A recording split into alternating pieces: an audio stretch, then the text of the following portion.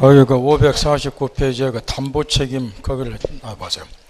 올해 저번 주에 이제 그 담보 책임을 배웠는데 이게 이제 주택임대차 보호법이나 상가 건물 임대차 보호법에도 다음과 같은 담보 책임이 똑같이 인정이 된다는 거예요. 예를 들어서 이게 주택이다. 인도받고 주민등록 신고를 하면 그 다음 날부터 임차권의 대항력이 생겨요. 그러면 갑이자 을에게 빌린 주택을 제3자 병에게 매각하였다. 그러면 소유권을 취득하더라도 임차권 가지고 대항을 해버리니까 A는 임차권의 제한을 받는 소유권을 취득하죠. 바꿔 말하면 임대차 존속기간 만료될 때까지는 내가 소유자지만 반환을 못 받는다는 거예요. 그러니 A는 임차권 용익적 권리에서 권리가 제한됐기 때문에 A한테 매도인한테 책임을 묻고 싶다. 요게 권리가 용익적 권리에서 제한되는 경우 담보 책임. 그래서 우리가 저번 주에 배운 바가 있다고 말이야. 요게 몇 조가 정도요? 권리하자 중에서 575조죠. 물론 요 경우에 이제 매수인은 선인광이나 담보 책임 묻는다. 요 담보 책임이 똑같이 인정이 된다는 거.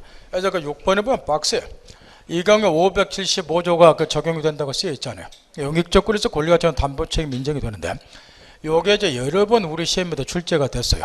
그러면 똑같이 저번에 매매에서 배운 거와 똑같이 사고를 하시라고 말이에요. 그 다음 뒤에 있는 게 이제 보증금 우선 변제.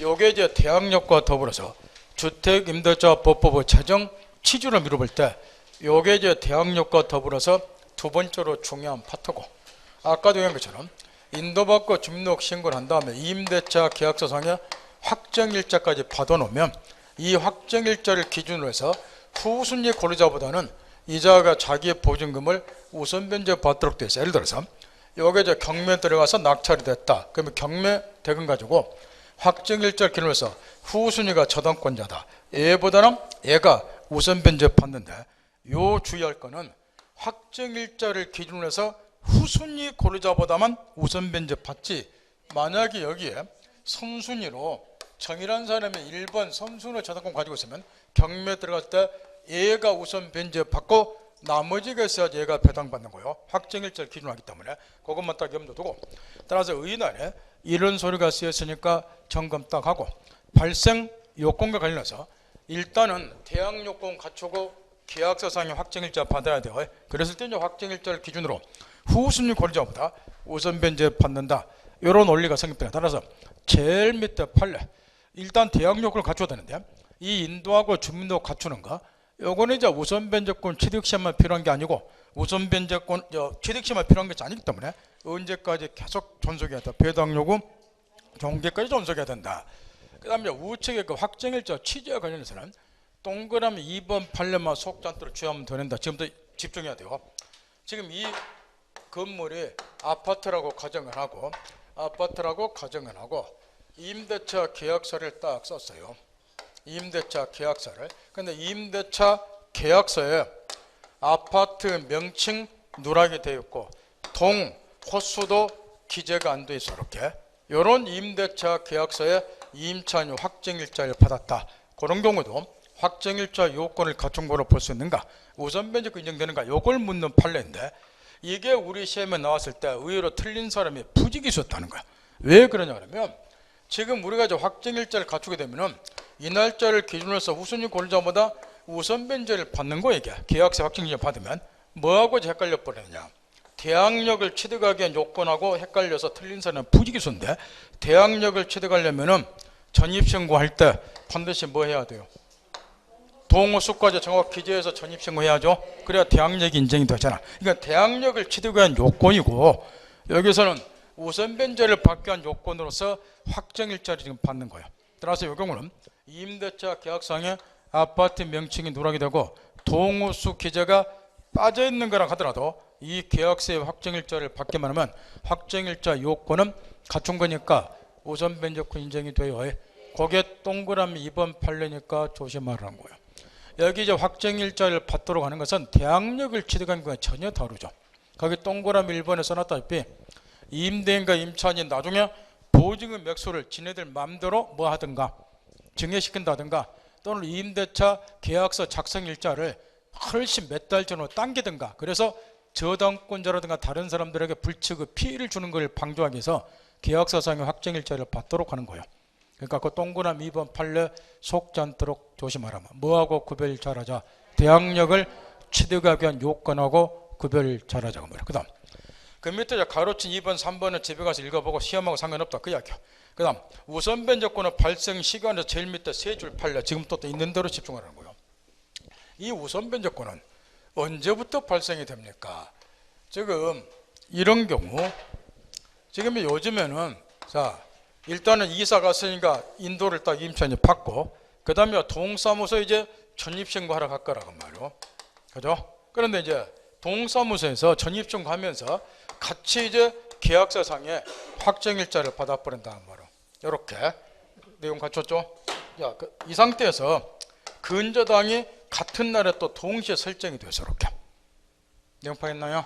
이때 이제 이 주택이 경매에 들어갔다, 낙찰이 됐다. 임차인하고 저당권자하고 누가 우선 변제 받는가 이런 걸 따지라는 건데 요즘 이런 경우가 비일비재하니까 여기에 전입증 가면서 그 당일에 동사무소 같이 확정일자 받아버리잖아 계약서에. 그러니까 여기 전입증 간 당일에 확정일자를 받는다 또는 그 이전에 확정일자 받아도 마찬가지고 이런 경우는 대항력 자체가 일단 대항력 취득하고 그 다음에 확정일자 받는 거예요. 따라서 인도받고 전입신고하면 그 다음 날부터 대항력이 생기니까 우선 변제권도 확정일자 이 당일 또는 그 전에 받다 하더라도 우선 변제권도 그 다음 날부터 취득하게 되니까 이 주택의 경매에 들어가게 되면 당연히 근저당권자가 자기 채권을 우선 변제 받는 거예요. 그런데 주의할 거는 이게 지금 이렇게 먼저 인도받고 전입신고해서 대항력을 다 갖췄어요. 그 다음에 대항력을 다 갖췄다고 말이요. 내용 파겠나요? 그 다음에 이제 나중에 그 당일이야 나중에 확정일자를 받았어요. 이렇게 이런 경우는 언제부터 우선 변제권을 취득할까요? 그렇죠. 이미 대항력 갖춘 상태에서 나중에 확정일자 받았으니까 이 확정일자를 받은 당일부터 우선 변제권 인정이 되고 이 경우는 이걸 구별하는 판례가 제일 밑에 세 줄이니까 집에 가서 읽어보고 뒤에 넘겨서 제로의 판례 사례는 이거를 세트로 묶어서 우리 시험에서 이제 다종당이가 물어보기 때문에 지금 이제 이런 경우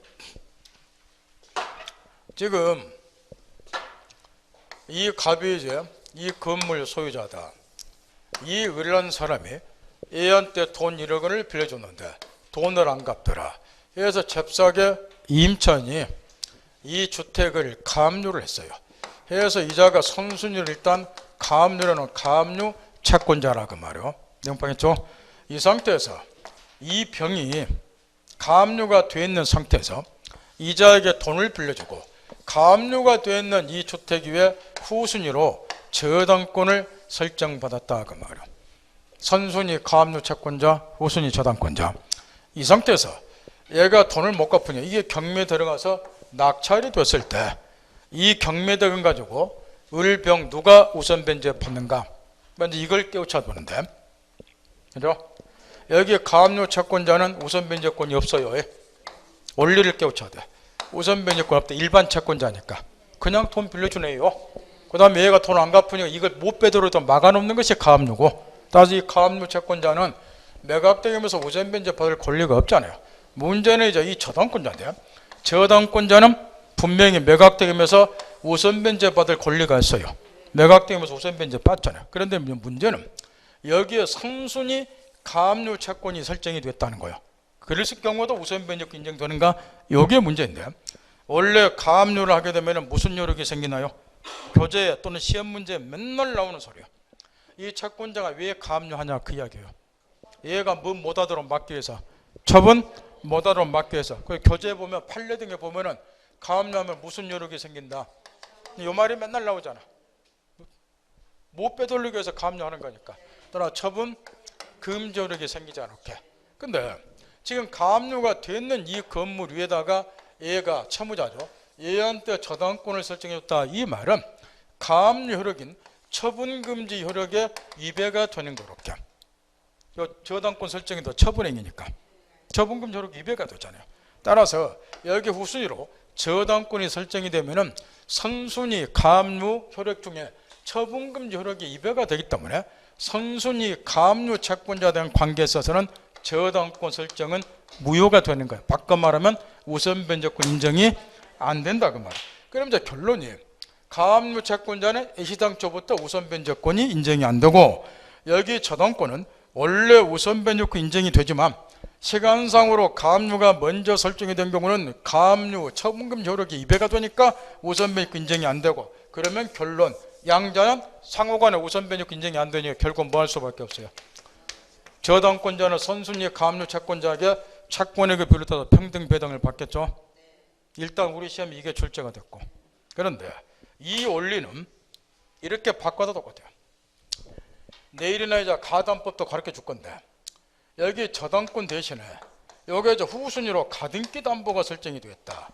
여기 지금 저당권이나 가등기 담보나 똑같은 건데 이제 가등기 담보를 이제 바꿔서 출제를 했을 때 그러니까 가등기 담보권자는 선순위 가압류 채권자하고 배당 관계가 어떻게 되는가? 경매 들어갔을 때 어떻게 된다는 거예요? 똑같다 그 이야기고 그 다음에 이제 우리 이 판례는 이제 요거를 또 응용한 판례란 말이야. 이번에 선순위 가압류 채권자인데 이 주택에 대해서 병이 후순위로 주택 임차권을 취득한 사례라고 봐. 내용 파겠나요? 그러면 이 경우도 똑같이 뭐한다? 선순위 가압류 채권자하고 평등 배당을 받는다 그 이야기예요. 여기 이제 확정일자 할아버지 확정일자 갖추면 또 우선 변제권 인정이 되지만 이것도 선순위 가압류 채권자가 있다 보니까 저당권하고 가압류, 가등기 담보하고 가압류, 주택 임차권하고 가압류 원리는 똑같음. 따라서 저당권으로 바꿔서도 우리 시험에 나오고 그랬으니까 이것만 외우면 안 되고 원리가 똑같다는 거예요. 무슨 말 알겠나요? 그러니까 한 개를 가르쳐주면 나머지는 좀 알아서 해봐요. 그래 암기하는 게 줄어드는 거예요. 원리가 다 똑같기 때문에. 그래서 좀 바꿔도 맞히라고 말이에요. 나올 때마다 외우면 안 되고. 여기는 이제 주택 임차권과 관련된 판례죠. 거기 1번에 보면 임차 보증금 채권자 선순위 가압류 채권자는 무슨 배당 관계했다? 평등 배당. 근데 무엇으로 바꿨을 때도 안 틀리도록 하라. 저당권이나 가등기 담보로 바꿨을 때도 원리는 똑같음. 그 다음 보증금 우선 변제와 관련해서 먼저 거기 이제 2번에 배당 요구 착고이다. 동그라미 1번에 여기 임차인이 이제 경매 절차에 참가해서 배당을 받고자 할 때는 저당권하고 틀려요. 저당권의 경우는 공부에 등기부라는 공부에 얼마 채무자 필요 없다 1억 원 피담보 채권이 기재가 돼 있잖아요. 그러니까 그게 이제 객관적으로 검증이 돼 있다는 거예요. 그러니까 저당권자 같은 경우는 배당 요구를 안 하더라도 당연히 배당받을 채권자 해당이 되지만 임차인의 경우는 임대차 계약서는 공부가 아니에요. 개인끼리 작성해 놓은 사적인 서류지. 거기에 이제 보증금 1억 써놔봐야 그건 믿을 수가 없는 거야. 그러니까 임차인의 경우는 반드시 뭐 하라는 거예요? 배당 요구를 해야지 배당받을 채권자 해당이 돼요. 이해했나요? 그런데 우측에 올라가서 제일 위에 판례 보세요. 그거하고 구별 잘하라고 말이야. 일단은 이제 임차인의 경우는 배당 요구를 해야지 배당받을 채권자 해당이 된다는 점에서 저당권자 등과 차이가 있는데 우측의 제일 위에 판례는 특징이 뭐인가를 잘 검토해 보세요. 그게 뭐인가요? 임차인이 이제 뭐 한 거예요? 임차인은 이미 경매권이 없죠. 그러니까 강제 경매를 해야죠. 그러니까 강제 경매하려면 임차인 이제 뭐 할 수밖에 없는 거예요. 집행 권한을 얻어야 되니까 이 경우에 이제 임대차 계약서 얘가 임차인으로 가정을 하고 보증금 1억이 기재가 돼 있어요. 임대차 계약서에. 이 임대차 계약서는 공부가 아니라니까. 그러니까 정말로 보증금 1억을 얘한테 주고 임차권을 취득했는지 객관적인 검증 절차가 필요하죠. 임대차 계약서도 잊어버린 세상인데 그러다 보니까 일단 얘가 이 건물에 대해서 보증금 내수하기 경매할 때는 이런 과정이 필요하다고 말이야. 보증금 반환 청구 소송을 제기해서 그러면 임대차 계약서를 증거로 제출하겠죠. 그런 다음에 이제 얘가 승소 판결이 확정이 되면 이 확정 판결이 이제 집행 권한으로 삼아서 이제 확정 판결을 받았다 그 말은 법원의 판결을 통해서 정말로 얘가 얘한테 1억 원 보증금 준 적이 있다. 이게 이제 검증이 됐다는 거야. 그래서 이걸 집행 권한 강제 경매 처분할 수 있는 증빙서라고 말이야. 확실히 1억 원 보증금 줬으니까 집행 권한을 삼아서 무슨 경매하는 거였게? 강제 경매를 해야 되겠죠. 이렇게 명평했나요? 이걸 염두에 두고 우측 판례 세 줄 읽어보라. 제일 위를. 거기 특징이 뭐인가요? 이 판례는 자, 원칙은 이렇게 이야기했어. 임차인이 배당을 받고자 할 때는 일단은 뭐 하시라? 배당 요구를 해야 된다는 거예요. 그런데 그 판례를 보니까 우측 제로를 보니까 이런 경우는 배당 요구 안 해도 된다는 거예요. 지금 그 특징이 뭐인가를 살피라는 거예요. 칠판의 사례처럼 임차인이 직접 뭐한 거 집행권을 얻어서 스스로, 여기 핵심은 스스로의 그 판례 핵심은 스스로 뭐 했다? 강제 경매 청구했다. 요 스토리요. 그럼 이 경우에 임차인이 집행권을 얻어서 스스로 이게 핵심이라고 말이요. 직접 강제 경매를 신청한 경우는 우선 변제를 받고자 경매 신청을 한 거니까 별도로 우선 변제 배당 요구를 할 필요가 없다고 말이요. 요거는 스스로 경매한 경우에 직접이에요. 그 다른 놈이 경매할 때 배당에 참가해서 배당 받고 할 때는 배당 요구를 꼭 해야 되고 구별하겠어요? 그 다음 다시 왼쪽으로 돌아와서 제일 밑에 아까 보르는 동그라미 2번 교재가 지금 막 여기저기다 막 늘어나버는데 요 2번 판에도 왜 여기에 늘어났냐 그러면 거기 두 번째 줄에 배당 요구하였다 이 말이 들어갔죠. 그러니까 배당 요구에서 써놓은 거 이게 사실 이 판례가 아까 앞으로 가야 될 거를 제 말 알아들어요? 근데 요 판례가 저 시험에 더 많이 나온 건데 다시 잠깐만 보자 한번. 이 판례는 이제 경매에서 아주 유명한 사건인데 지금 이게 주택이라고. 그래서 이제 우리 시험에도 몇 번 나왔다는 거. 이 판례가 2010년도 나온 판례인데 2011, 12년도 연대고 계속 출제가 됐다는 거예요. 지금 이제 얘가 제일 선순위로 이제 임차권을 딱 취득을 했는데 대항력을 갖추기 위해서 일단 인도받고 그 다음에 전입신고도 다 했어요. 전입신고도. 물론 이제 계약서 상에 확정일자도 다 받아놨겠죠. 그런데 여기 이제 문제가 하나 생겼던 거예요. 이 전입신고를 잘못한 거예요. 잘못된 주소지를 전입신고했다 그 이야기예요. 그래서 동시에 이제 얘가 제일 선순위로 전세권도 설정받았어요. 내용 파겠나요? 그런 다음에 이제 여기에 이제 하기 전에 전세권을 설정받았는데 문제는 그 다음에 저 병이라는 애가 저당권을 취득을 딱 했어요. 이렇게 후순위로. 그러다 보니까 자기가 제일 선순위일 때는 이런 걸 그대로 확인 제대로 안 해요. 인도는 뭐 당연한 건데 이사 갔으니까 전입신고 제대로 된 확인한 사람 별로 없어요. 그냥 됐는가 보다 그러지. 근데 후순위 저당권자가 이제 있다 보니까 이걸 확인을 해본다고 말이요.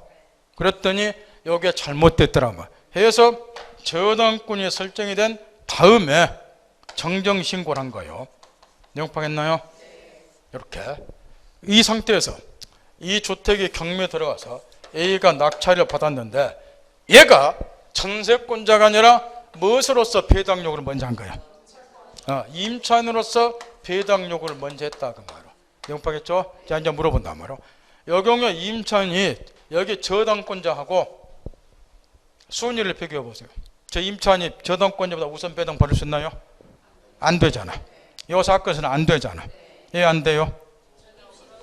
저당권 설정인 다음에 이제 전입신고를 정정했기 때문에 순위가 늦춰져 버리잖아. 그러나 저당권자보다 후순위가 되기 때문에 저당권자가 선배당을 받고 그러니까 임차인으로서 배당 요구를 했는데 얘가 저 배당을 못 받은 거라고 말이야. 후순위로 돌아가다 보니까. 그러니까 이제 당연히 이제 경락이는 이제 뭐를 했느냐? 네가 임차인으로서 배당 요구를 했고 그 다음에 저당권보다 순위가 늦기 때문에 배당을 못 받은 것은 네 잘못이기 때문에 경락과 동시에 임차권을 소멸했을 것이고 그러니까 뭐 하라? 나한테 명도하라. 이렇게 요구를 한 거야. 그랬더니 얘가 뭔 소리야? 나는 뭣도 가지고 있는데 나는 전세권으로서도 법적 지위가 있으니까 나는 전세권자로서 배당 요구한 적은 없지 않느냐. 근데 전세권은 저당권보다 선순위잖아. 그렇잖아. 난 전세권자로서 배당 요구한 적이 없다. 그리고 이제는 전세권자로서 배당 요구한 적이 없기 때문에 전세권은 원래 기억을 또 다시 알려보세요. 이렇게 후순위의 저당권이 있고 선순위의 전세권이 있을 때 경매 들어가면 선순위 전세권 원칙 소멸이 안 되죠. 그 대신 소멸하는 경우도 있어요.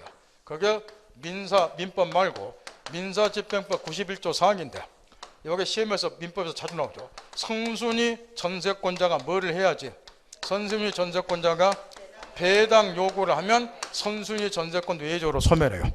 배당을 했어요. 그래서 이제 전세권자로서 배당 요구를 한 거냐 아니냐 이게 지금 여기서 논란이 되는데 만약 선순위 전세권에서 배당료한 걸 보면은 얘는 돈 다 날려요.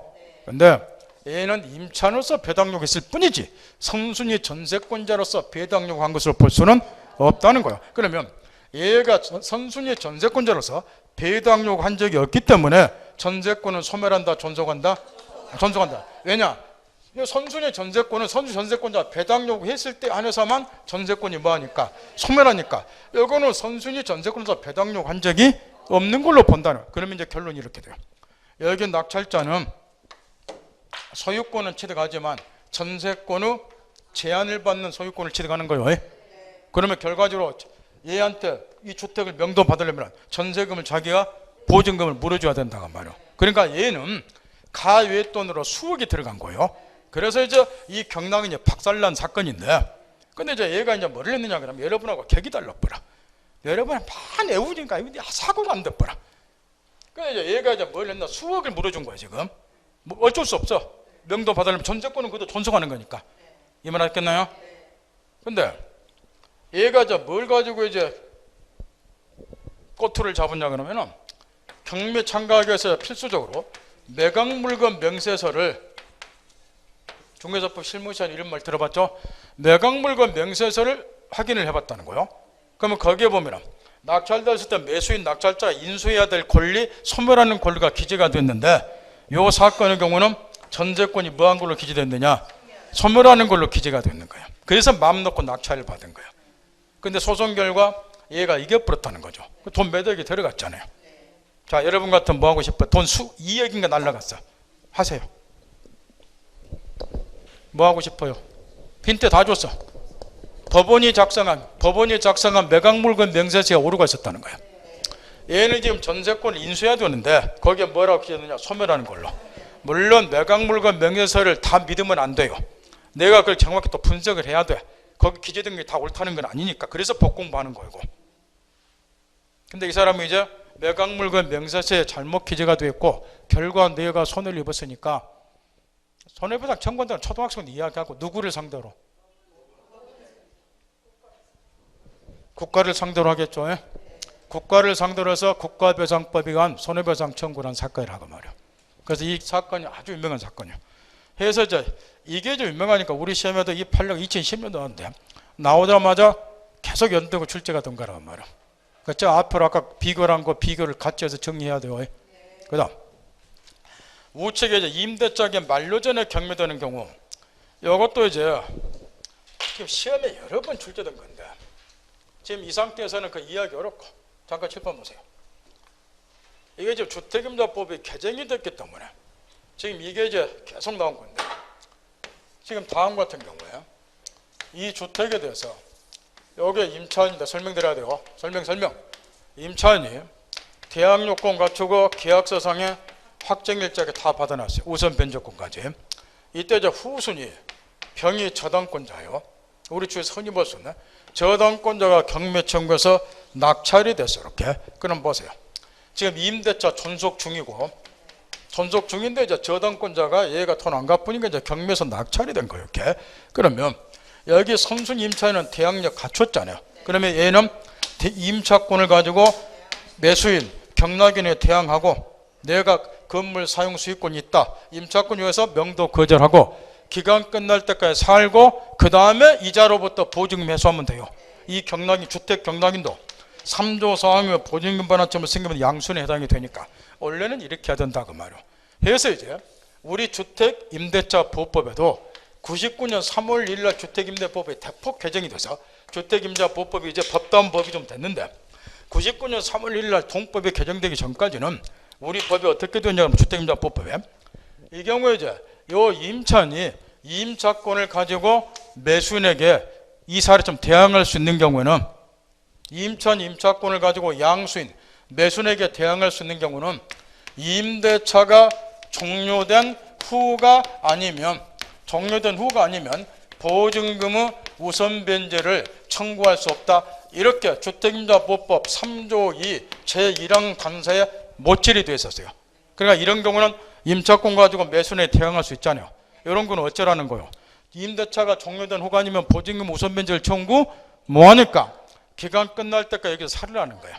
그거 끝나고 나면 이자로부터 보증금 매수해서 거주주는 하는 거야. 그런데 또 똑같은 이야기야. 임대차 계약은 무슨 계약이다? 계속적 계약이야. 당사자 상호 간의 신뢰관계가 억수로 중시가 돼요. 나는 전 재산 보증금 1억을 세려 받은 것이 요 임대인한테 집이 없어 무조건 한 게 아니고 임대인이 믿을만하고 품격이 있고 그러니까.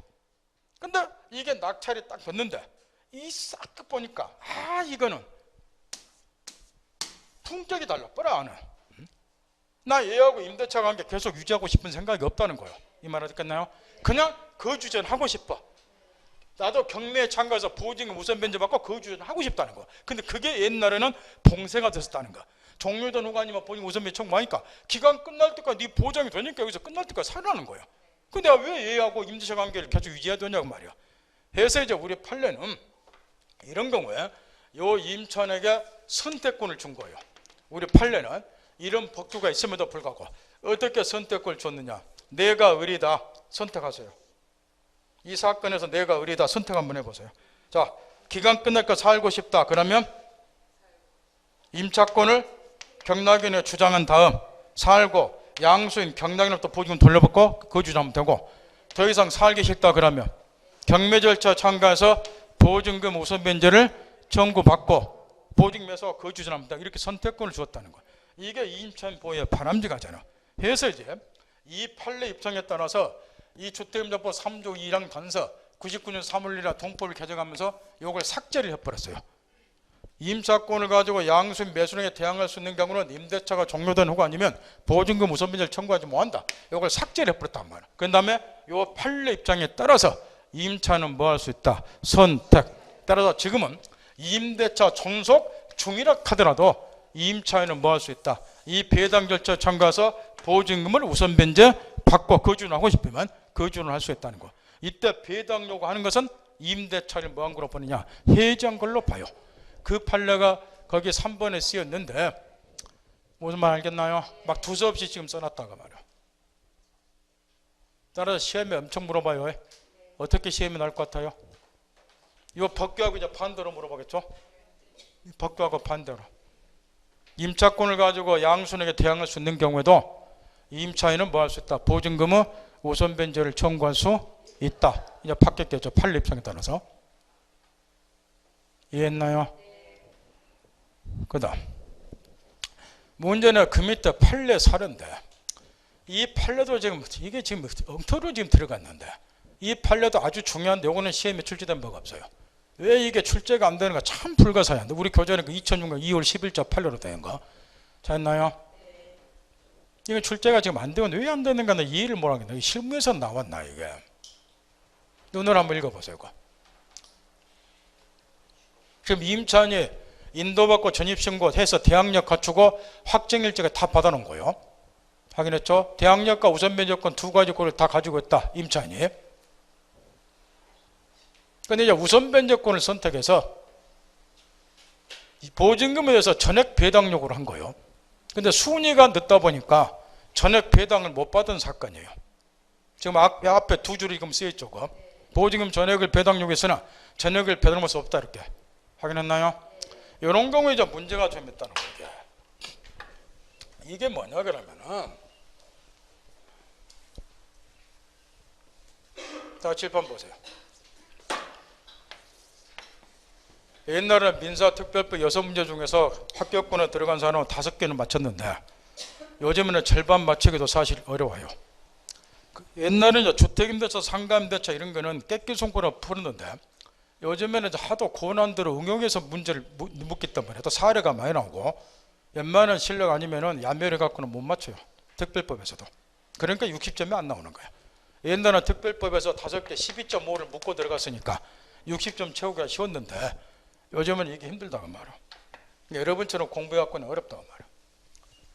여기 지금 얘가 인도받고 주민등록신고해서 대항력 갖추고 플러스 계약서상에 확정일자도 받아놨어 이렇게. 그런데 이제 문제는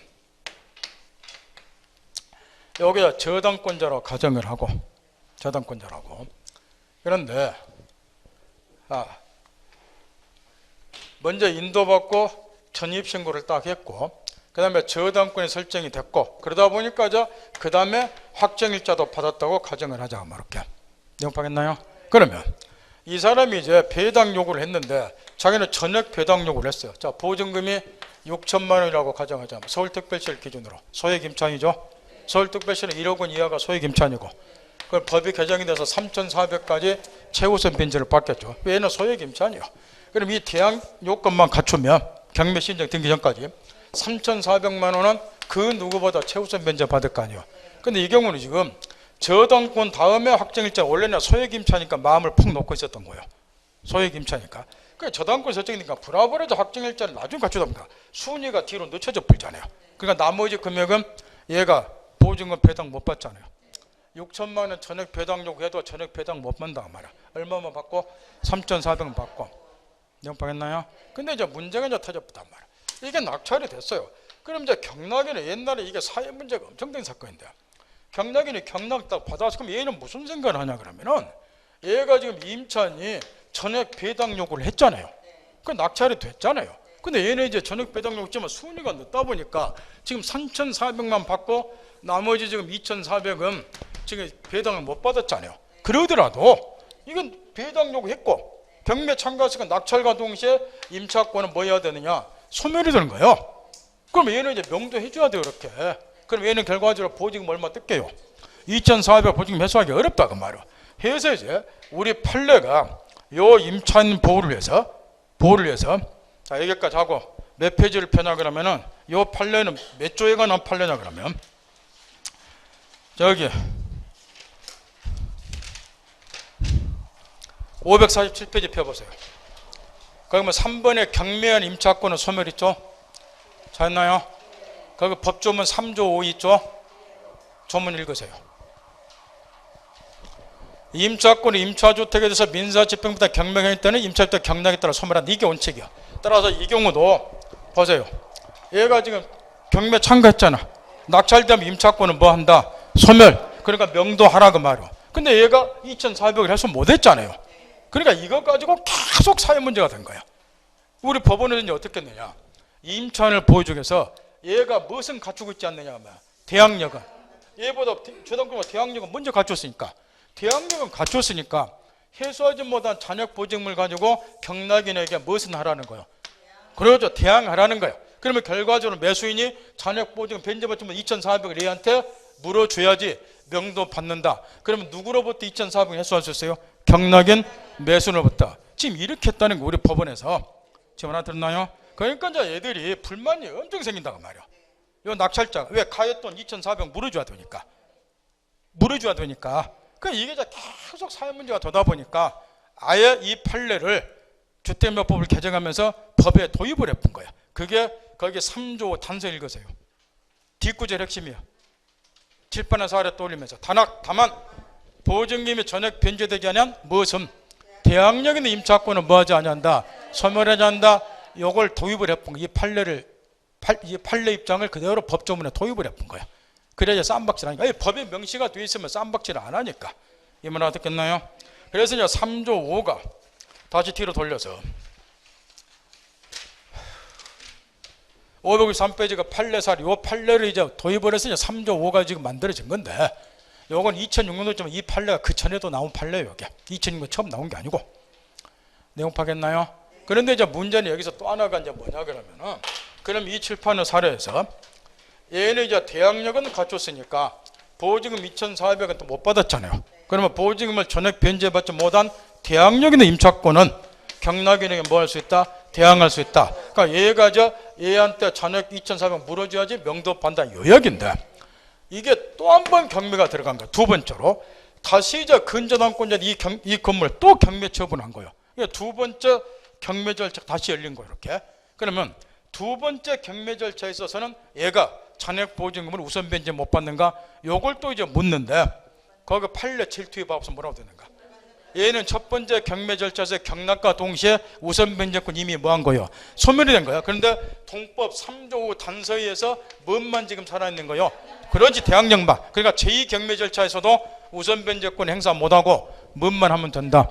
임차권을 가지고 대항만 한다. 그 판례요. 3조 그 단서에 따라서. 근데 이게 왜 이 판례는 그 제일 뒷구절 제2경매 절차에서 우선 변제권에 배당을 받을 수 있는가? 이게 시험에 한 번쯤 나오려고 봤는데 이상스럽게 이게 출제가 안 되고 있어요. 그러니까 제2경매 절차에서도 뭔만 주장하는 거예요? 대항력만 변제받지 못한 잔액 보증금을 가지고 경락이라는 대항만 하는 거지. 우선 변제권이 이미 소멸이 됐기 때문에 우선 변제는 못 받는다고 말이야. 그러니까 결과적으로 누구한테 이제 돌려받으면 돼요? 낙찰자에. 그러니까 이거 낙찰 받을 때 조심해야 돼요. 내가 물어줘야 된다고. 그다음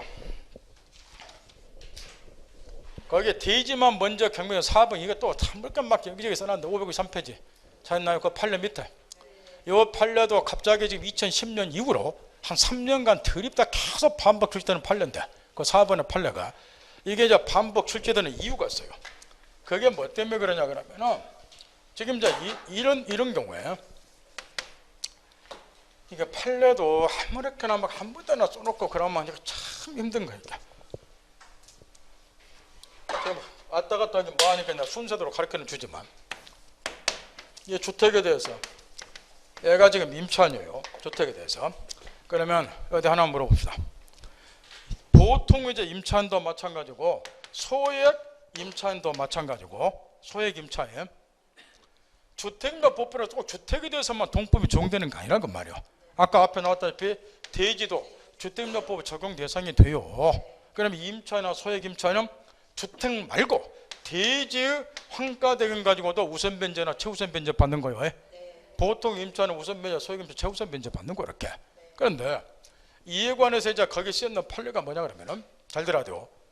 이게 대지가 주택과 함께 경매되는 경우는 물론이고 대지가 함께 경매되는 경우 물론이고 대지가 주택과 별도로 경매되는 경우도 물론이고 아예 임대차 계약 체결 당시에는 대지가 임대인 소유였는데 계약 체결한 이후에 이 대지가 제3자에게 매각이 돼서 듣고 있죠? 계약 체결 당시에는 대지가 임대인 소유였는데 계약 체결한 이후에 이 대지가 제3자 양도돼서 대지에 대한 소유권이 제3자에게 넘어간 경우도 마찬가지고 대지의 한가대금 가지고 여전히 임차인이나 소액 임차인은 우선 변제나 최우선 변제 받는다는 거예요.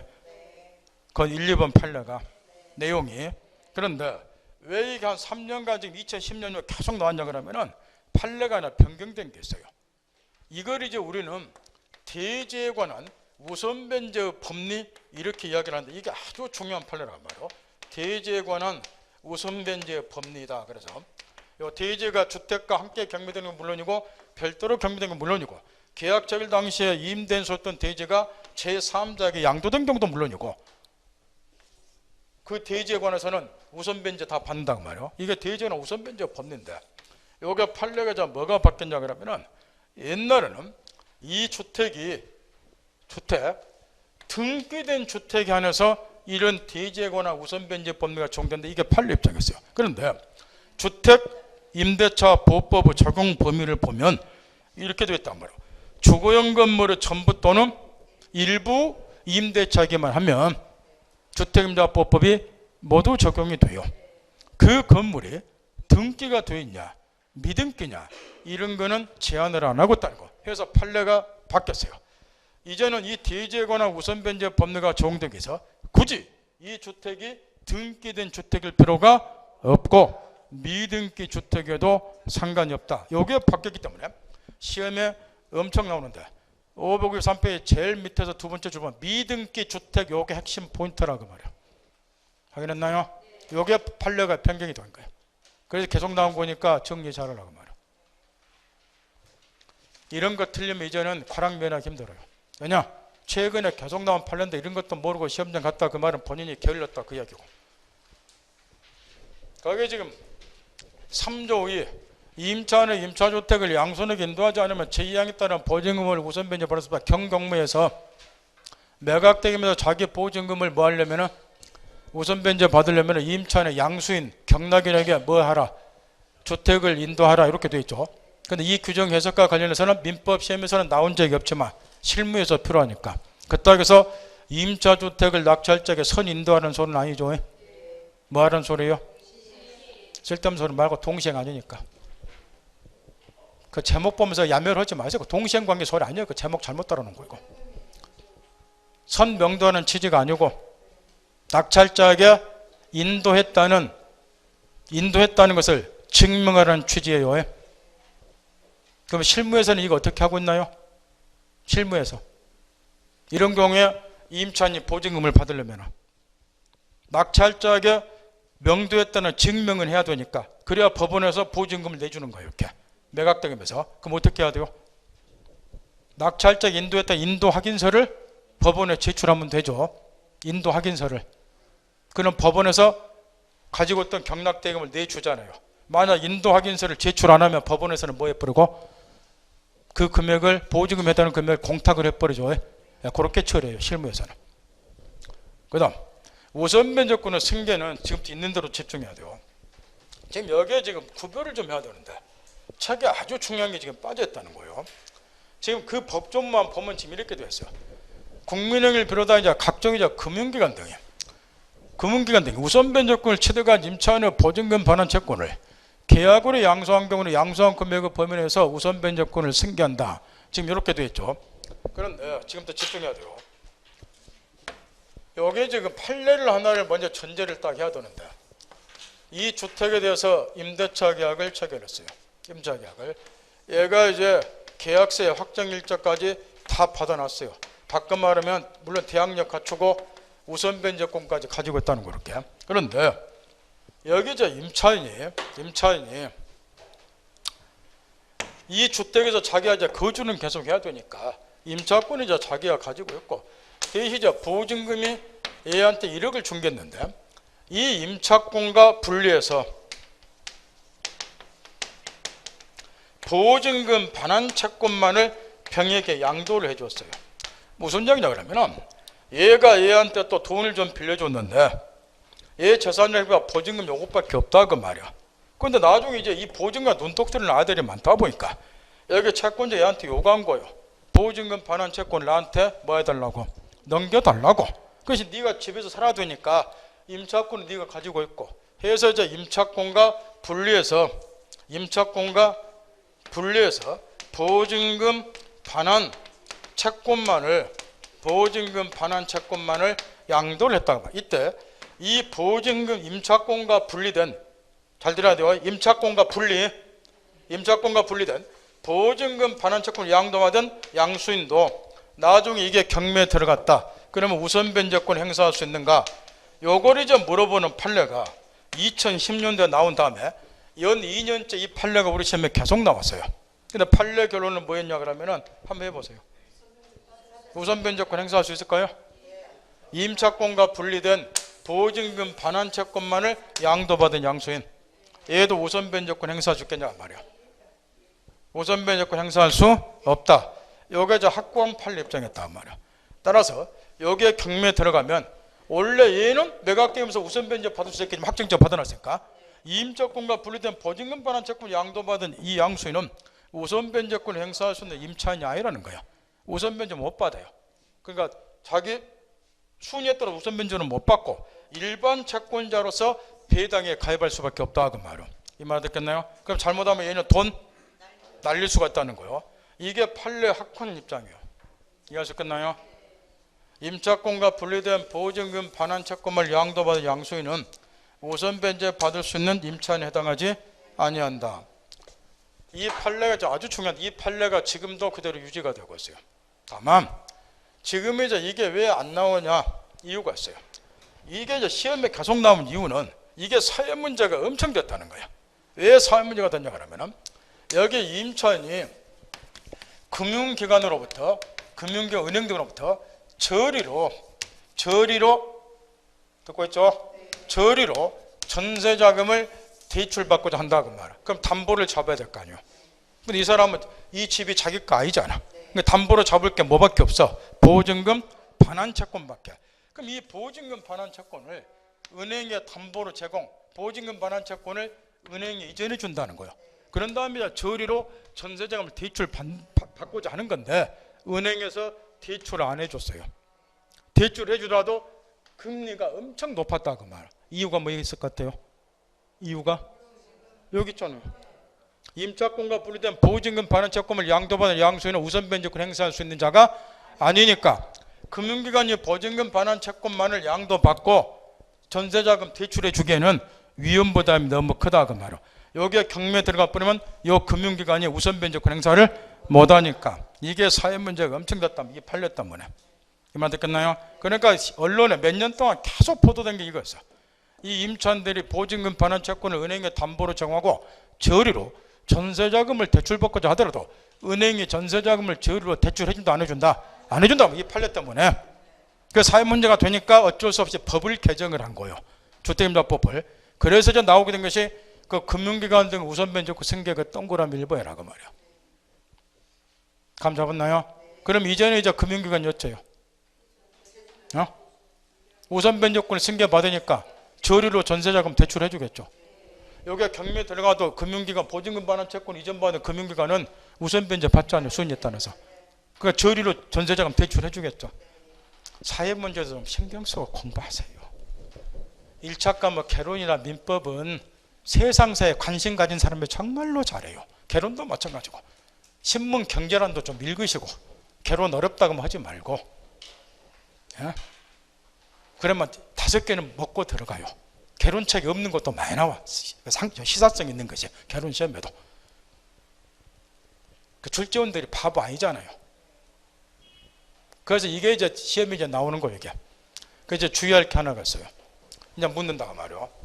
요 규정을 도입한 이 규정을 최근 3년 전에 도입했으니까 도입한 취지는 이해를 했죠. 그럼 이제 진짜 물어본단 말이요.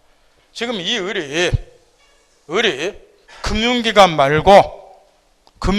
말고 개인한테 임차권과 분리된 보증금 반환 채권을 양도해 줬어요. 그럼 얘도 우선 변제권 승계 받아요? 그러지. 그걸 구별 잘하라고 말이요. 무슨 말 알아요? 이 판례를 반드시 알고 있어야 돼요. 그러니까 지금 둘로 구별해야 된다고 말이요. 임차권과 분리된 보증금 반환 채권을 양도했을 때 양순이 누구인 경우는 금융기관인 경우는 우선 변제권 승계되지만 금융기관 위에 여러분 같은 사인인 경우는 우선 변제권 승계가 안 되니까 구별 잘하시라 그 말이요. 책을 좀 왜 이렇게 썼나 몰라. 그 판례를 딱 쓰고 이런 사회 문제가 있으니까 이 법이 도입이 됐다 이렇게 딱 정리하면 얼마나 좋을까. 참 우리만 같지 않아. 제 말 알아들어요? 나 이야기했어요. 그다음 그냥 정리해서 나무 읽으면 되고 그것이 가로치니면 우선 변제권 상실 보세요. 임차인이 대항 요건을 상실했다. 그러면 우선 변제권이 소멸이 돼버리잖아요. 그럼 우선 변제권 승계가 안 되는 거예요. 그래서 두게 된 것이 그 위에 동그라미 3번 봐보세요. 이제 대항력이 소멸이 되면 우선 변제권 자동 소멸하는 거예요. 그래서 금융기관도 우선 변제권 행사 못하는 거예요. 근데 임대차가 종료가 됐어요. 임차인이 보증금 반환을 안 해주고 있어요. 해서 얘가 거주전을 하고자 할 때 그냥 거주전 해버리면 우선 변제권 소멸하잖아요. 그러니까 법원에 뭐 해야 돼요? 임차권 등기명의 신청해야죠. 얘가. 그런데 실무 시간에 배운 것 중에 그거 하나는 남아요. 머릿속에.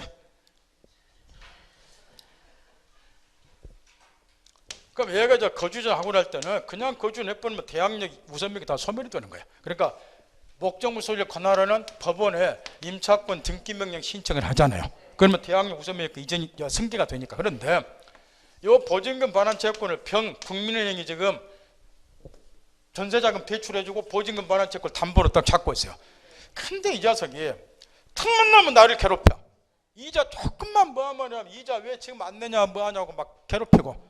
이때 이 사람이 얘 연맥이는 방법은 아주 간단해버려. 어차피 보증금 내가 돌려받지도 못해. 금융을 가니까 그럼 뭐에 풀 같아? 여러분 같으면 이 새끼 연맥이라고 뒤져버리라고. 그러죠. 임차권 등기명 신청 안 하고 그냥 갚으러 이사. 뭔 말인지 알아요? 그러니까 두게 된 것이 그 위에 동그라미 3번이니까. 이런 거는 금융기관 등이 임차인을 뭐 해서라도 대해서라도 임차권 등기명령 신청하시오. 이걸 또 추가시키는 거예요. 법이 이해하면 얼마나 잘 맹글해졌어요. 이해 못하고 이제 두드려 외우려니까 머리통 깨져버린 거지. 이해서라 보고 그 다음 우측에 넘어가서 임차인의 경매 신청 요건 안에서 거기 3조 2 요 규정도 과거에 사회 문제가 엄청 됐던 거를 법을 99년 3월 1일 개정하면서 그때 주택임대법을 대폭 개정을 했는데 요걸 새로 도입한 거예요. 잠깐 칠판 보세요.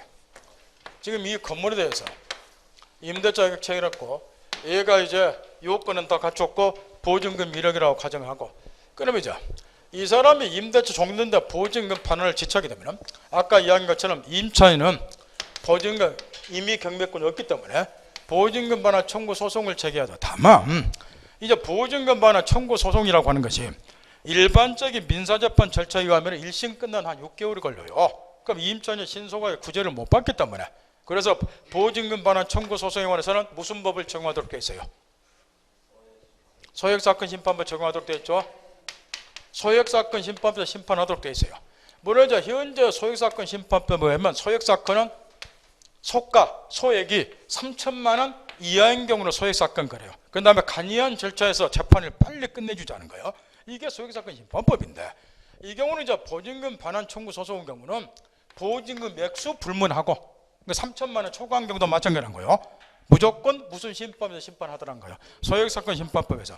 그럼 6개월 걸릴 것이 한 1개월이면 끝나요. 이렇게 임차인 구제를 해서 이제 소액사건 심판이 적용이 되는데, 보증금 액수 불문하고 원래는 3천만 원 이하인 경우가 소액사건에 해당이 되는데 그거 무시해버리고, 그러더라도 소송 딱 제기하는 거예요. 그래서 승소 판결 확정이 되면 요걸 집행권으로 삼아서 이 주택을 이제 무슨 경매하는 거예요?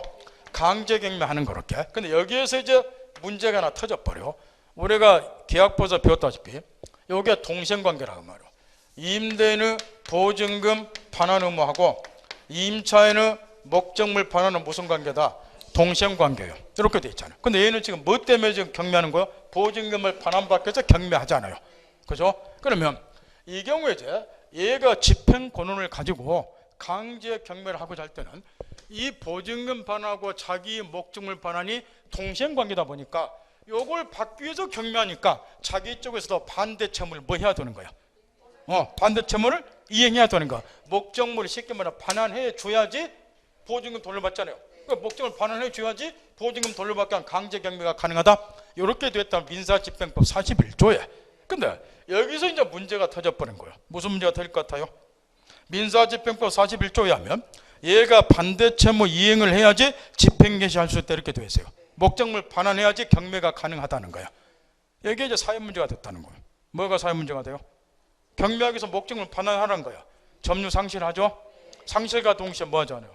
대항력, 소멸, 우선 변제권 다 소멸이 돼버려. 그러니까 이런 문제가 생겨본 거예요. 여기에 후순위 만약에 저당권자가 있다고 해보세요. 그러면 얘가 경매해주면 나는 땡큐야. 내가 고생 안 해도 되니까. 얘가 경매해주면 순위였다 내가 일본으로 배당받으면 되니까. 그 얘는 이제 변제기 돌아가니까 경매 안 하는 거지. 나는 지금 보증금 임대차가 종료됐고, 그 내가 이제 강제 경매를 해야죠. 이렇게 해서 방금처럼 소송 뒤지게 해서 그 다음에 집행권을 넣어서 경매하려다 보니까 이게 동생관계니까 반대채무를 이행을 해야 된다가 민사집행법상. 그래서 이제 반대채무 이행하면 목적물을 반환해줘야 된다. 반환해준과 동시에 대항력 우선명이 소멸되니까 얘는 죽서서 남존율시켜요. 매각되면서 저당권자 1번으로 받고 나머지가 얘가 배당받으니까 실컷 고생해놓고 경매도 못 하더라는 거. 이게 사회 문제가 엄청 됐어요. 그래서 이제 이 규정을 둔 거예요. 무슨 알겠나요? 그럼 이제 어떻게 뭐가 핵심인지 알겠죠? 이 경우는 반대채무 이행을 집행개시 요건을 하지 말자. 더 쉽게 목적물 명도하지 않더라도 경매가 가능하다. 이렇게 바꿔놨다 그 말이에요. 이걸 새로 도입을 한 거예요. 이해서라 보고 소액사건 심판법 준용 방금 다 가르치고 이해관계 이신적 읽어볼 필요 없고 제끼고 튀어넘기세요. 그 다음에 이제 마지막으로 보증금 중 일정의 최우선 변제권은 여러분의 생활 상시로 아는 이야기고, 아까도 잠깐 나왔다시피 소액 임차하는 경우는 최소한도 방한칸에도 얻을 수 있는 금액을 마련해 주기 위해서 순순히 담보물권자보다도 저당권자 등보다도 일정 금액까지는 글자 그대로 최우선 변제 받을 수 있다. 요 이야기인데, 이때 우측에 넘어가서 요건 누구나 맞추라고 자주 물어보죠. 경매 신청 등기 전까지 대항 요건만 갖추면 돼요. 계약서의 확정일자는 받을 필요 없고. 확인했죠? 그 다음 그 밑에 그 동그라미 2번 읽어보면 되고, 소액 임차하는 경우도 배당 요구 채권자에 해당이 돼요. 그 다음 그 밑에 이제 소액 보증금, 바꿔 말하면 소액 임차인에 해당이 되려면은 보증금 액수가 서울특별시는 1억 원 이하 개정이 됐죠. 이때 다 외울 필요는 없고 서울특별시 거 하나만 좀 외워두세요. 간혹 사례 문제 풀 때 필요하니까. 뭐 시공구 이런 것까지 사례 내는 또라이는 없으니까 서울특별시 것만 1억 원. 그 다음에 거기 빠졌는데 3번에 보면은 광역시가 나와 있죠. 거기 보면은 광역시, 안산시, 용인시, 김포시, 강주시는 6천만 원 이하 임차인이 소액 임차를 하게 되는데 법을 개정을 해서 여기에 세종 특별자치시가 포함이 되어 있죠. 그 광역시가 안산시 그 사이에 세종특별시가 있잖아요. 그러니까 세종특별자치시 경우도 보증금 액수가 6천만 원 이하 임차인이 소액 임차인이다. 그 이야기야. 그걸 지금 빼놨다고 말이야. 작년에 개정해서 그거 들어갔잖아. 그게. 세종특별자치시가 그 3번에 들어갔고, 그 다음에 이제 밑으로 내려가서 판례사에서 2번 판례가 아까 앞부분에 나왔던 판례인데 시험에 잘 나오니까 뒤에다 또 써놓는다. 똑같은 판례를. 그 상가나 그 점포 및 사무실로 사용되던 건물에 저당권이 먼저 설정이 되고 그 다음에 주거용으로 용도 변경해서 소액 임차인이 생겼을 때 소액 임차인 이 경우도 최우선 면제받는다. 그 판례요. 다시 체크 딱 점검하고 주택임대차 이혼을 읽어볼 필요 없고 뒤에 넘겨서 최우선 변제받을 금액은 그럼 얼마냐.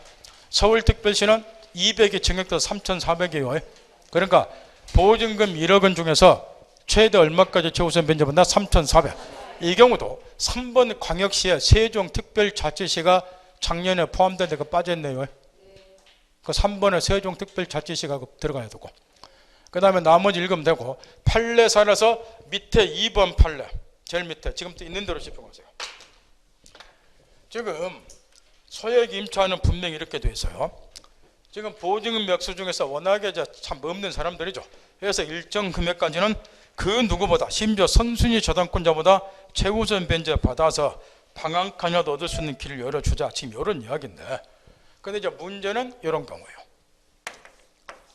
지금 요게 지금 대지인데 소유자 갑이 A에게 내가 대지 위에 근저당을 설정해 줄 테니까 땅 위에 돈 좀 빌려달라 요구를 했다 치자 그 말이요. 그러면 여기 근저당권자는 무조건 돈 빌려주면 안 되고 대지에 대한 특히 대지 위에 근저당을 설정받을 때는 대지에 대한 부담사항을 먼저 확인을 해보는데 그 중에 하나가 혹시라도 여기에 뭐가 있는가 주택이 있는가 요거를 반드시 확인을 해야 된다는 거. 왜 그럴까요? 혹시 주택이 있는가? 주택이 있으면 누가 있을 것이고? 임차인이. 근데 임차인 중에 또 누구도 있을 것이고?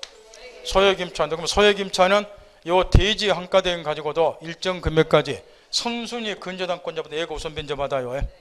뭘 알겠나요? 그러니까 이 대지의 가액을 놓고 거기에 맞춰 돈 빌려줬다가는 이런 게 큰 낭패를 본다고 말이에요. 그러니까 대지에 대한 부담사항을 확인하는 거야. 주택이 있는가 여부 등을 확인해 봤더니 듣고 있죠? 주택이 없더라고 말이에요. 없어서 얘가 맘 놓고 얘한테 돈 1억 원을 빌려줬어요. 1억 원 빌려주는 이유는 이 대지의 가격에 맞춰서 여기에 주택도 없으니까 여기에 경매 들어가면 환가대금 전액을 내가 배당받는다. 자신 있으니까 1억 빌려준 거 이렇게. 내용 파겠죠? 근데 저당권이 설정이 된 후에 이 대지 위에 주택이 딱 신축이 됐어요. 후에 그런 다음에 소액 임차인이 생긴 거예요. 내용 파겠나요? 그럼 이런 경우도 소액 임차인이 대지 환가대금 가지고 선순위 근저당권자보다 일정 금액까지 최우선 변제 받으면 얘는 미리 예측 못했잖아요. 맞죠? 그럼 이런 경우는 대지 한가대금 가지고 얘가 최우선 변제 받는다 못 받는다? 못 받는다 그리 해야죠. 그죠? 그게 시험에 나온 거예요. 이때 이제 이거를 응용한 판례가 2번 판례인데 거기 앞구절에 찾았나요? 칠판에 사례 떠올리면서 대지에 관한 저당권이 먼저 설정이 됐죠. 설정 후에 비로소 건물이 신축되고 이렇게 이런 경우는 소액 임차인은 대지 한가대금 가지고 최우선 변제 못 받아요. 따라서 마지막 구절 경매 들었다. 소액 임차인은 대지 한가대금에서는 우선해서 변제 받을 권리가 있다 없다? 없다. 따라서 거꾸로 뒤집으면 대지 한가대금 가지고 소액 임차인 최우선 변제 받으려면 전제 요건 거꾸로 해보세요. 전제 요건 대지 위에 저당권이 설정될 당시에 건물이 현존해 있을 것. 이 요건을 갖춰야 돼요. 거꾸로 대지 위에 저당권이 설정된 당시에 대지 위에 주택이 현존할 것. 이런 경우 안에서 소액 임차인은 대지 한가대금 가지고 최우선 변제 받는다. 그걸 정확히 깨우치라고 말해요.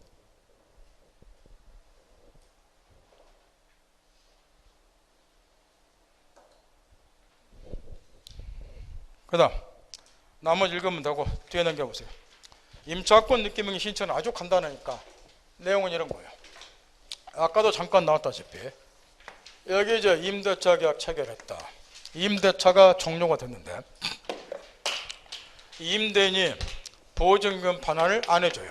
그런데 임차인 나는 보증금은 나중에 돌려받더라도 당장 거주이전을 할 필요가 생겼다.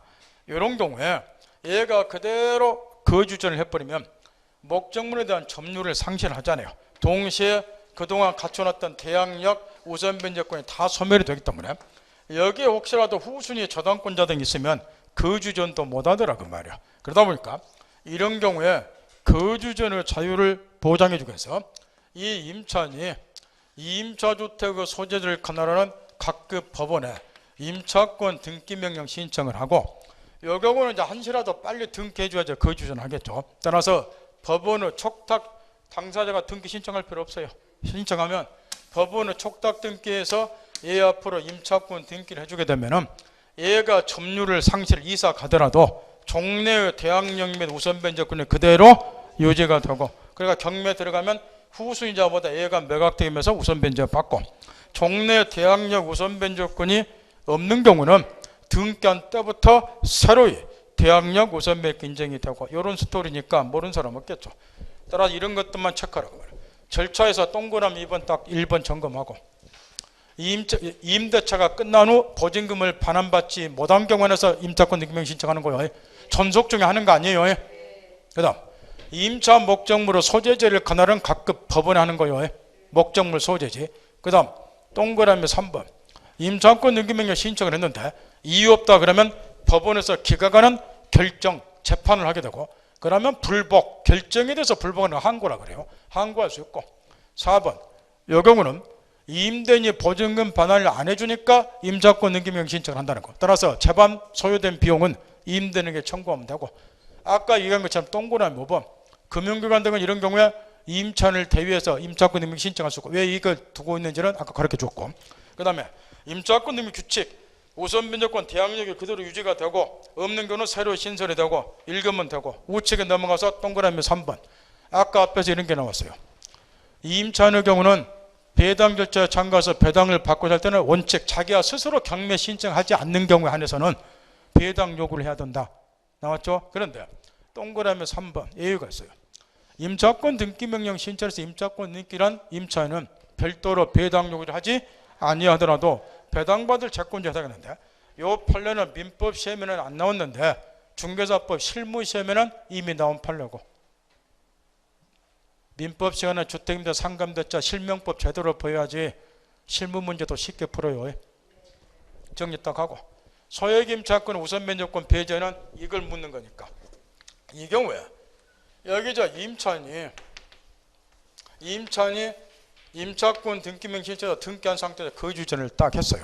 주택이 비어있겠죠. 해서 저 임대인이 이 주택을 다시 A라는 사람에게 빌려줬는데 하필이면 이자가 소액 임차인이더란 거예요. 그러면 아까 앞에 나왔다시피 소액 임차는 그 누구보다도 일정 금액까지는 최우선 변제 받는다 이렇게 되어 있잖아요. 그럼 이 경우에 여기 거주자나 임차인보다도 이 소액 임차인이 일정 금액까지 최우선 변제 받느냐 이걸 묻겠는데 만약 이렇게 해버리면 이 임차인 이사 안 가는 것부터 못하잖아요.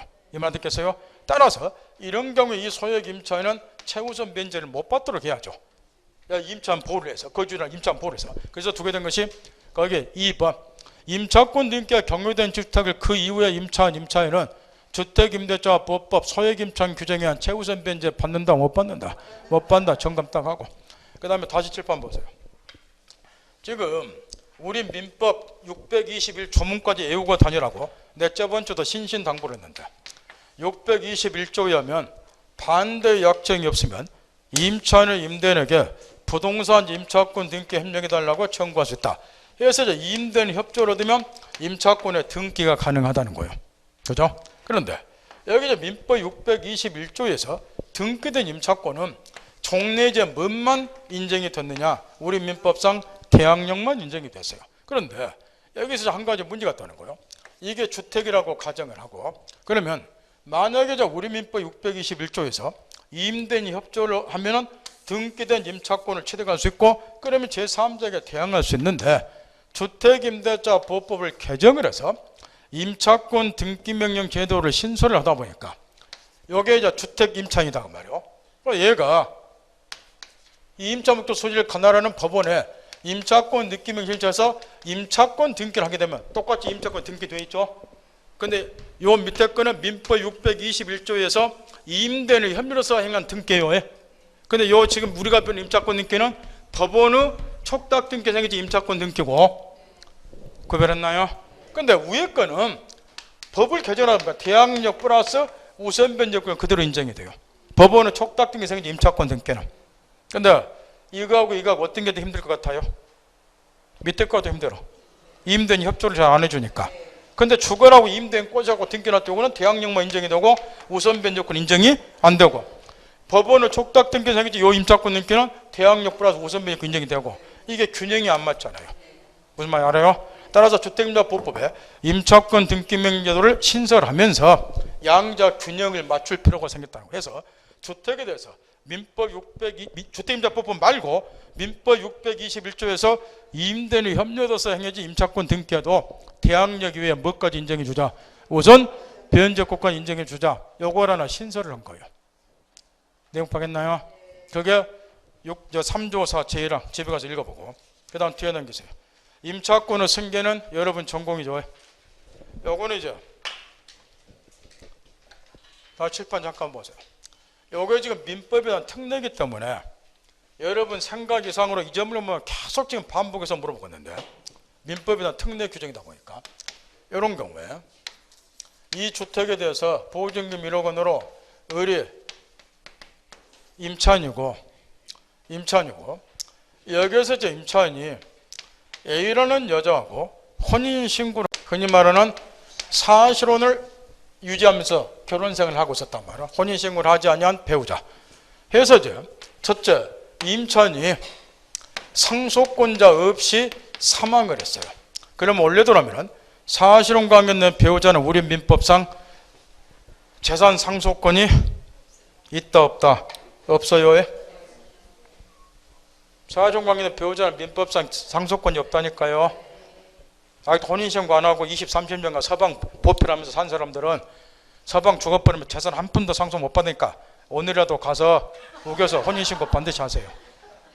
그게 아주 중요해요. 혼인신고 하는 것이. 그러면 이제 재산 상속 순위에 대한 기초가 좀 있어야 되는데 재산 상속 순위가 뭐 상속해주는 사람을 우리가 피상속인 그래요. 그러면 1순위 피상속인의 생활 상식이고 직계 비속이 1순위 상속인이고 1순위가 없으면 2순위는 피상속인의 직계 존속이에요. 2순위가 없으면 3순위로 내려가요. 피상속인의 형제 자매예요. 없으면 마지막 4순위가 피상속인의 사촌까지예요. 사촌 이내의 관계 혈족인데 여기 저 직계 비속은 1촌이고 나하고 생각했던 내 새끼들하고 1촌이죠. 직계 존속은 나하고 몇 촌인가요? 또 1촌이죠. 어디 가서 강의하니까 2촌이라고 대답해서 내가 뭐 혈압이 팍 올라가지고 나하고 내 새끼하고 1촌이면 나하고 우리 아버지하고도 1촌 아니요. 생각 1촌이 형제자매가 2촌이죠. 형제자매가 2촌이고 근데 여기 이제 빠져있는 사람이 피상속이나 배우자가 지금 빠져있다고 말해요. 배우자는 촌수가 없기 때문에 이제 배우자가 이제 상속인이 될 수 있는데 여기는 이제 상속인이 되면 법률상의 배우자 혼인신고까지 해야 돼요. 그럼 여기 배우자는 1순위 피상속의 직계비속이 있는 경우는 직계비속하고 동순위로 공동상속받아요. 없으면 이제 직계존속으로 넘어가는데 직계존속하고 공동으로 또 상속받아요. 문제는 비상순으로 직계존속이 없으면 3순위 형제자매로 내려간다고 그러는데 이때 형제자매가 공동상속이 아니고 이때는 비상순의 배우자가 단독 상속받아요. 여기서만 공동상속인 거 여기까지만 해. 없으면 이렇게 공동상속. 없으면 이렇게 공동상속이냐 여기는 한 번도 못 받고 이때 이제 배우자가 횡재를 하는 거예요. 왜냐? 배우자는 혈족이 아니야. 혈족이라고 하는 것은 피를 나눈 사이를 말해요. 글자 그대로. 배우자는 물론 칼배기식이야. 근데 형제 자매 내가 죽을 때 내 형님하고 내 자매 나하고 피를 나누는 사이예요. 근데 이 경우에 내가 자식이 없다, 부모님도 안 계신다, 형제 자매는 있다, 재산은 100억 있다. 실제로 나한테는 재산은 1억도 없고 실제로는 100억 있다 치고 꿈이야. 없으니까 너무 없으니까 꿈을 꾸어보는 거예요. 100억 있다. 이때 우리 마누라가 이거 싸그리 다 가져가는 거예요. 싸그리 한 푼도 못 받아. 이때 분쟁이 많이 생겨. 기도하세요.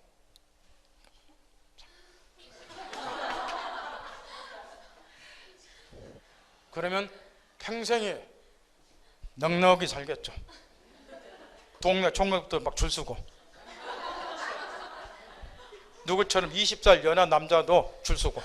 요즘 어린이들 또 돈이라면 환장하니까. 허리 아니고 실제로 이런 일들이 비일비재해요. 실제로. 그래서 분쟁이 생기니까 판례도 많이 나와 있고 이렇게 돼 있어요. 그런데 여기서 이제 이 사망한 임차인이 상속권이 없이 사망했다. 그럼 이 사실혼관 있는 배우자는 재산 상속권이 없기 때문에 임차권을 상속 못 받는 거예요. 그럼 보증금도 다 일정 열절해서 국고에 기속이 되고 얘는 내쫓겨 이런 일이 벌어지겠죠. 그러다 보니까 민법에 대한 특례를 두어서 이런 상속권 없이 사망한 거는 사실혼관 있는 배우자가 책으로 돌아가서 거기에 구조의 1항 임차인이 상속인 없이 사망한 경우는 찾았나요? 그 주택에서 가정공동생활하는 사실상 혼인관계 있는 자가 임차권을 승계한다. 이게 민법에 대한 특례예요. 두 번째 특례. 만약에 이 경우에 상속권자가 있어요. 임차인에게 상속권자가 있는데 그 상속인이 가정공동생활을 임차인하고 같이 안 하고 있어. 흔히 말하는 비동거 상속인들이 있다 그 말이에요. 이런 경우는 비동거 상속인 중에서 2촌 이내까지 2촌을 친족하고 사실혼관 있는 배우자가 임차권을 공동 승계받아요. 보증금도 같이 나누어 갖는 것이 쉽게 말하면. 여기서 2촌은 누구까지예요? 형제 자매까지를 말해요. 여기까지가 요게 2항이에요. 임차인이 사망할 때 사망 당시 상속인이 그 주택에서 가정 공동생활을 하고 있지 않은 경우, 그러니까 비동거 상속인이 있다 그 말이에요. 이런 경우는 그 중에서 몇 촌까지만 2촌 이내 친족에 사실혼관계 있는 배우자하고 임차권을 공동으로 승계받는다 그 말이에요. 여기까지가 특례 규정이 있어요. 그런데 한 가지 유형이 빠져 있다는 거죠. 한 가지 유형을 만들어 보세요. 세 번째 있어요. 자, 상속권 없이 임차인이 사망했다. 상속권자가 있는데 그 상속인이 비동거 상속인이다. 마지막 세 번째 유형이 있겠죠. 동거 상속인. 상속인이 뭐하고 있는 경우? 임차인하고 같이 가정공동생활을 같이 하고 있는 거. 동거 상속인이 특례 규정이 없잖아. 그죠? 이런 경우는 그럼 어떻게 할 것인가? 동거 상속인이 있는 경우는 민법의 일반 원칙으로 돌아가요. 따라 동거 상속인이 당연히 사실혼관 있는 배우자보다도 임차권을 우선 승계받아요. 이건 민법 원칙으로 돌아가니까. 이 특례 규정은 없으니까. 특례 규정이 없으면 민법 일반 원칙으로 돌아가는 거예요. 이게 이 규정이 의외로 여러분 생각 이상으로 민법에 대한 특례를 규정하다 보니까 자주 시험에서 이 절만 보면 나와요. 그 점검 꼭 하고. 좀만 쉬었다 가죠.